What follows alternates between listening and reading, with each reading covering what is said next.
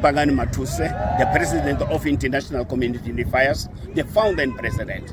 So we're here today to march to Home Affairs Department to demand the IDs which they were blocked to be unblocked.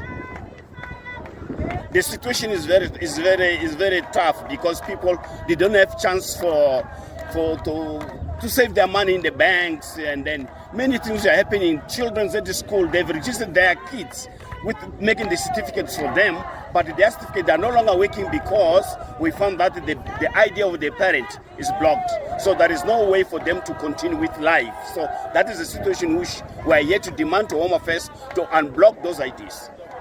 Okay? Through the information from the Home Affairs, they're saying they found that as an illegal immigrants. So that means they're foreign nationals.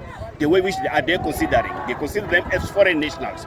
But remember, if the president, the sitting president now, if you sign something to say this, it has to be on this way, there is no way for the other one when it comes as the president, then will change the law, changing what was endorsed by the other one. Those are the problems we are facing.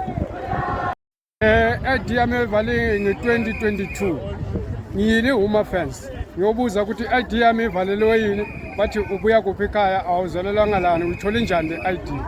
So indlu sebhlungu namanje bayithethe i-ID yami ikhona lapha e-Home Affairs lapha e-Mams Mall ikhona lapha.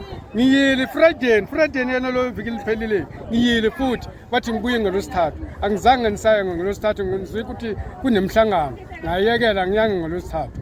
So into le ngiphethe ubhlungu ngoba angisakhona ukwenza next. Abantwana bami abakhona ukuya esikolweni phambili bafuna ama certificate angikhona ukubayenzela. Emsebenzini abakhona ukungenzela imali le ngiyifunako bafuna ama account angikhona ukwenza ama account.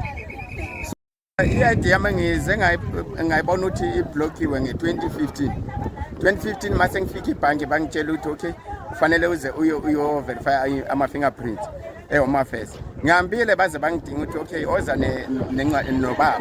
Ngithi ubaba akasekho nomama. Okay ama death certificate ngiwathathile ngiwalethile. Yonke incwadi yesikole ngiyilethile. I-baptist certificate ngizilethile. Manje enkinga kwamanje ayikho into kuHome Affairs la ngiloko ngifika ngiloko ngithola ukuthi okay kukhona okuzoshintsha.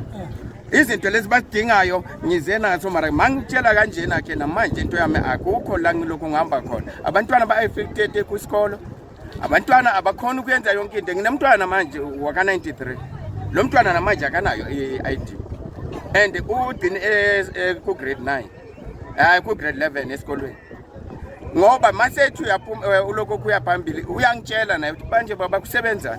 And masesiya lapha ku nto kanje ku education into. Bayangitshela ukuthi okay ayikho into size angeke abhale matric lo mntwana. Izinto zakhe zingaphelelanga. My name is Simon Ratau. I'm receiving the memorandum on behalf of the Department of Home Affairs.